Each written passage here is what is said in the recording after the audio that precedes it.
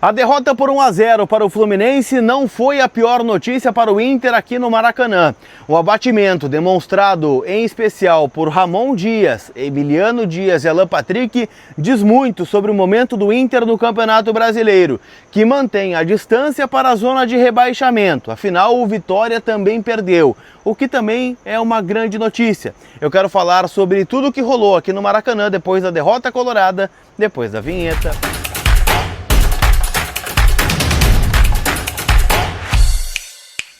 Tudo bem, gente? Vamos trocar uma ideia então, afinal, né? Eu falo aqui do Maracanã, onde o Colorado perdeu mais uma dentro do Campeonato Brasileiro. É incrível, né? Como esse time ele não tem a capacidade de remobilização, né? Uma capacidade de dar resposta em algum momento. E o que mais impressiona é que esse é o discurso utilizado pelos dirigentes do Inter a todo momento. José Olavo Bisol, o presidente Alessandro Barcelos, o D'Alessandro já falou sobre isso, que esse grupo já deu resultado em algum momento. E na verdade ele não deu. Ele conquistou o título gaúcho, mas era um outro cenário, um outro contexto. No momento de adversidade, esse time sucumbiu em todos os momentos, seja na Copa do Brasil, na Libertadores, no Campeonato Brasileiro, e cá estamos aqui, né, na rodada de número 30, fazendo cálculos contra o rebaixamento. Então é algo muito grave que passa o Internacional neste momento, e a gente tem muita coisa para repercutir, né, desta derrota do Inter por 1-0 para a equipe do Fluminense, em nome da Zapay, aplicativo onde você fica em dia com o seu veículo, carro, moto ou caminhão, paga licenciamento, multa parada, pode te gerar problema, então chama a Zapay. No link eu vou deixar na descrição aqui do vídeo e você já sabe, né? Lá tem o cupom COLAR20 que te dá 20% off nas taxas do parcelamento. Então baixa agora o aplicativo que está disponível aqui na descrição do vídeo. Turma, eu poderia falar muito, né, sobre a atuação do Inter, mas na verdade, né, a gente não tem nada para dizer. Afinal, o Inter foi mais do mesmo. O Inter foi o mesmo que esteve em campo contra o Mirassol. Conseguiu repetir problemas e não conseguiu competir da forma como competiu na Bahia, em especial no primeiro tempo, antes daquela bobagem protagonizada pelo Bernabéi, que gerou, né, o gol do William José.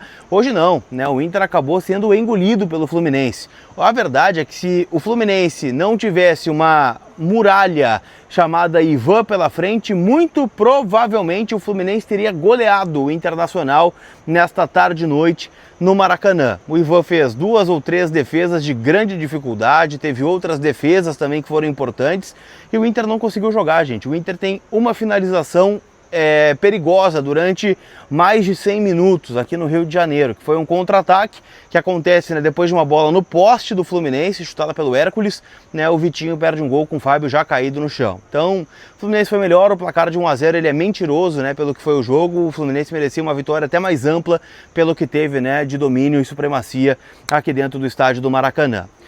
Gente, o que eu posso dizer para vocês é que, como eu destaquei no começo do vídeo, a derrota de 1-0 ela é um resultado esperado. O Inter veio para o jogo do Maracanã sem expectativa. Muitos desfalques, né? O Vitão tá fora, Bernabéi também, né? O Ramon tentou o Vitor Gabriel como um lateral esquerdo, né? Colocou, né, um time com uma linha de 4, que não funcionou, né, em nenhum momento, né? O Thiago Maia e o Bruno Henrique foram figuras inoperantes durante todo o primeiro tempo e até por isso, né, foram sacados no intervalo. Mas aí, gente, a gente vai olhando as trocas do Inter, né? E chegou um dado momento do jogo que o Inter terminou a partida com a linha defensiva formada por Alan Benítez, Cleiton Sampaio, Juninho e Pablo. Aí abriram o meio-campo Luiz Otávio e Ronaldo. Gente, esse time não só é muito fraco, como se cai para a segunda divisão, ele não sobe no ano seguinte. Então, diz muito, né, sobre os resultados do Inter, sobre a luta do Inter neste momento dentro do Campeonato Brasileiro. O Inter que permaneceu na 15ª colocação, né, muito por conta do resultado paralelo, né? O Vitória perdeu em casa para o Corinthians por 1-0, mesmo com um jogador a mais em uma boa parte do segundo tempo.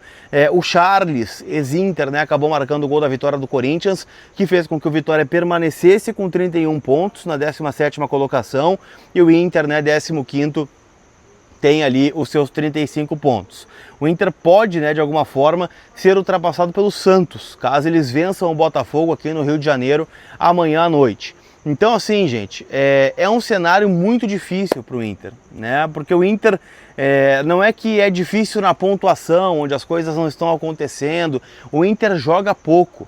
O Inter não tem aquela coisa, né, do time que está na luta contra o rebaixamento, fazendo um paralelo aqui com 2016, né, que foi o ano que o Inter caiu, né, tinha um Vitinho iluminado, tinha o Danilo Fernandes fechando o gol, né, se tu olhasse ali, né, no setor de defesa tinha o William, né, que era um jogador promissor, o próprio Rodrigo Dourado, né, tinha uma boa amostragem de 2015, tinha, né, a figura do Valdívia, né, que era um jogador que a gente esperava alguma coisa ainda, fez aquele golaço contra o Cruzeiro na reta final. Hoje a gente não vê nenhum jogador com a capacidade de chamar responsabilidade. É um time muito limitado, é um time, né, que animicamente parece estar derrotado e parece que entra derrotado todo o jogo, e a gente vê isso, né, nas próprias declarações depois do jogo. O Ramon e Emiliano Dias estavam visivelmente abatidos na coletiva, e não pela derrota, né, gente, porque perder para o Fluminense do Maracanã, nessa altura do campeonato, gente, era um resultado esperado, mas pela forma, né, o Ramon Dias e o Emiliano chegaram a dizer que este é um momento para homens, que o Inter precisa reagir. O Ramon Dias chegou a dizer também que gostaria que o Inter tivesse a mesma postura e a mesma entrega que tem em jogos em casa, né, de postura, de anímico dos jogadores, né, de tentar ser intenso, de competir, de brigar por cada bola, e isso não acontece nos jogos fora de casa. Chegou a citar, né, que fisicamente é difícil jogar 3 vezes na semana, no estágio que o Inter está, né, tipo, destruído fisicamente, mas que isso não era uma desculpa, e que o principal ponto é justamente, né, essa ausência, né, da capacidade de reação do time do Internacional, um time abatido. E isso está muito claro no discurso também do Alan Patrick, que foi o único jogador a parar, né, para conversar com a imprensa e dar explicações ao torcedor. E o discurso é muito duro, né, gente? Afinal, a gente vê, né, um capitão abatido, um capitão, né, que não tem uma fala forte, que não mobiliza. Chegou a dizer, né, que teme o rebaixamento, né, ou que não teme o rebaixamento, mas que é um tema que tem que ser tratado com atenção pelo Inter, pela distância curta que o Inter está do Vitória. Pode cair ainda mais uma posição, então o Inter pode terminar essa rodada do Campeonato Brasileiro na 16ª colocação, lembrando que cai do 17º para baixo, e a gente não vê o Inter reagindo, né? Para mim esse é o principal ponto, né? O Inter não reage, o Inter não agride, né? O Inter não faz algo. Olha que o Ramon Dias tenta esquema com linha de 5, com linha de 4, com 3 zagueiros, com 3 volantes, com 3 atacantes, e nada funciona. Então chega uma hora que também são os jogadores, gente, que precisam chamar a responsabilidade. Como foi, né, na quarta-feira, onde o Inter até esboçou competir contra o Bahia, mas esmoreceu, né, numa falha grotesca do Alexandro Bernabei. Então assim, gente, é muito difícil. Tô preocupado, né, tô também chateado, porque é muito triste ver o Inter jogar. É um grupo de jogadores que não honra a camiseta, que não honra aquele sentimento, né, que a gente tem do Inter de acreditar até o final, né, o gol do Juliano lá na Fumaça, aqueles minutos finais da Libertadores de 2006, a gente não vê isso, né, a gente vê o Inter entregue antes mesmo de começar o jogo, como foi contra o Flamengo no Maracanã, aqui na Copa Libertadores, foi o jogo contra o Fluminense na Copa do Brasil, que não é um time nada demais, gente. O discurso aqui no pré-jogo era de um time que precisava retomar confiança, né, porque perdeu o clássico pro Vasco, né, tá tentando encontrar ainda o melhor cenário com o Zubeldia. E o Inter tá aí, né, mostrando isso. Caramba, será que só vamos acordar mesmo quando talvez entrarmos na zona do rebaixamento? E o que mais preocupa também é a omissão da direção, né, gente? Chamamos os dirigentes para dar explicações, D'Alessandro não falou, Barcelos não falou, Bison não falou, Mazuco não falou, porque eles assinam essa incompetência do Inter, em especial o presidente Alessandro Barcelos, que é o mandatário maior do clube e ele que avalizou, né, essa montagem de elenco porca que o Inter tem, né, sem opções, né, um time muito fraco, né, ilimitado técnica, fisicamente, né, escolhas, né, como a manutenção do Roger, né, durante o ano inteiro, e a gente está vendo a forma como o Inter está, isso também é um legado do Roger, e obviamente, né, das decisões da direção. Então eu não sei para onde esse barco vai. Eu sei que se o Inter se salvar do rebaixamento, né, o que ainda não é certo, né, por faltarem 8 rodadas e o Inter ter apenas 35 pontos, vai ser muito pela incompetência alheia. A incompetência do Vitória, que hoje não ganhou em casa, a incompetência do Santos, que perdeu em casa para o Vitória, que talvez perca para o Botafogo amanhã, do Ceará, que está na briga porque perdeu para o Atlético Mineiro neste final de semana, mas não pelas forças do Inter, né? A gente não vê mérito no Inter neste momento.